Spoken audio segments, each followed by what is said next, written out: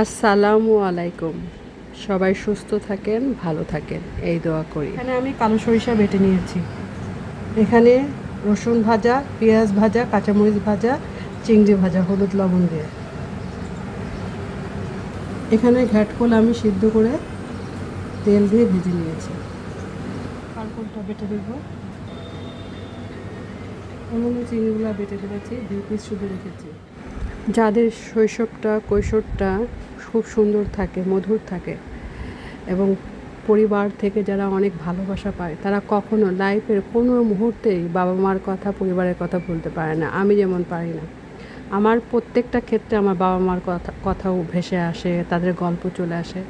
যেমন বাবা বলতেন মাকে যে খারকোল বা ঘ্যাটকোল, খুলনা অঞ্চলে ঘ্যাটকোল বলে, এটা দিনাজপুরে যখন আমরা থাকতাম বাবা বলতেন যে ঘ্যাটকোল, তুমি এক কাজ করো, ঘ্যাটকোল ভর্তা করো। তখন মা আবার বলতেন যে ঘ্যাটকোল এটা কি খুলনা পেয়েছো, খাটের নিচে অনেক নারকেল এনে বেটে ওর উপর ছড়িয়ে দেবো।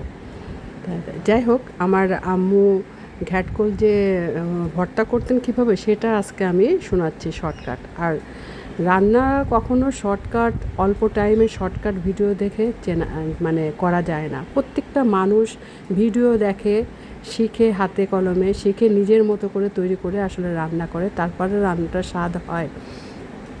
যেমন আম্মু করতো, আমি যেভাবে করেছি এখানে ঘ্যাটকোল, এইভাবেই আম্মু করতো।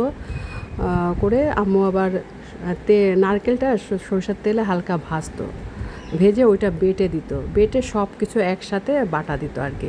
তা আমি সব কিছুই মোটামুটি এখানে দিয়েছি, শুধু আমি নারকেলটা দেই নেই। তা আর দেখো, এই যে চান্টু কিন্তু ঘরে থাকেই না, খায়, এসে খেতে দিতেই হবে, সন্তানের মতন খাওয়া দেই। আর সে ওই যে গ্রামে যে পিছনে একটা দরজা থাকতো না, আমাদের পিছনে যে ছোটো বারান্দার গ্রিল থেকে সে চলে যায় ওইখানে।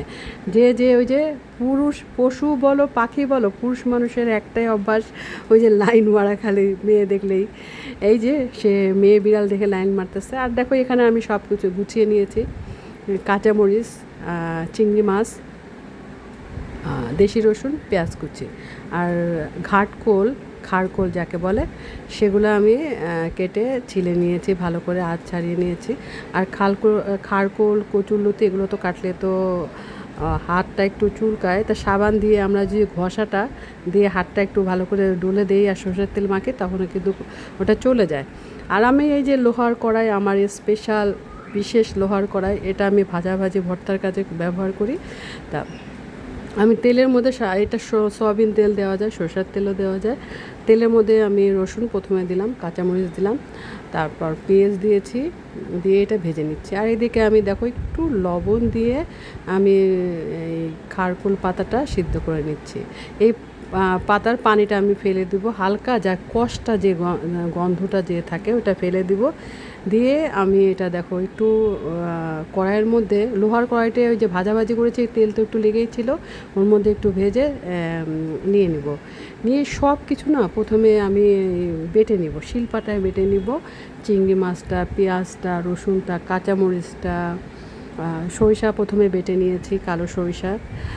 তারপরে আমি বেটে নিব খারকোল পাতাটা বেটে নিব, খারকোল পাতাটা আলাদা বেটে নিব, এর ভিতর থেকে কিন্তু একটা রস বের হবে। এখানে একটা টিপস তোমাদের আমি বলে দিই, খারকোল পাতার মধ্যে কোনো যেন রসটা না থাকে। এখন আমি খারকোল পাতাটা কিন্তু ওই বাটার সাথে মিশাইনি, খারকোল পাতাটা আমি বেটে আমি লোহার কড়াইতে একটু তেল দিয়ে ভালো করে ড্রাই করে নিলাম। যখন দেখছি একদম পানিটা শুকায় গেছে, একদম ভাজা ভাজা হয়ে গেছে, তখন আমি এই যে আমার চিংড়ি মাছ বাটা, সরিষা বাটা, কাঁচামরিচ বাটা, তোমার রসুন বাটা, সব কিছু দিয়ে ভালো করে ভেজে নিলাম। এখন তোমরা যদি পারো নারকেল ভেজে বেটে এর উপরে দিবা, দারুণ লাগবে খেতে।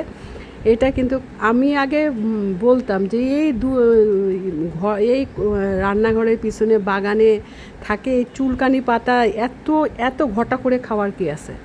আসলে এটা খাইতে যে এত বেশি টেস্টি লাগে, এক গামলা ভাত যারা খেতে পারে তারা শেষ করতে পারে। এই চিংড়ি মাছ দিয়ে বাটা ঘ্যাটকোল পাতা এত বেশি টেস্ট লাগে। তা আমি এই ঝামেলা করি না, যেমন মোচা, ডুমুর এগুলোও কিন্তু এগুলো কিন্তু অনেক রান্না করতে পারলে অনেক টেস্ট লাগে, মজা লাগে। আমি এগুলো ঝামেলা করি না, আমাদের ঘরে তেমন কেউ খায় না আমি ছাড়া। আমি গ্রামের মেয়ে, আমি খেয়ে আসছি, আমি জানি স্বাদ কেমন। তা আমি আজকে এভাবে তৈরি করলাম। তা খেতে তো অনেক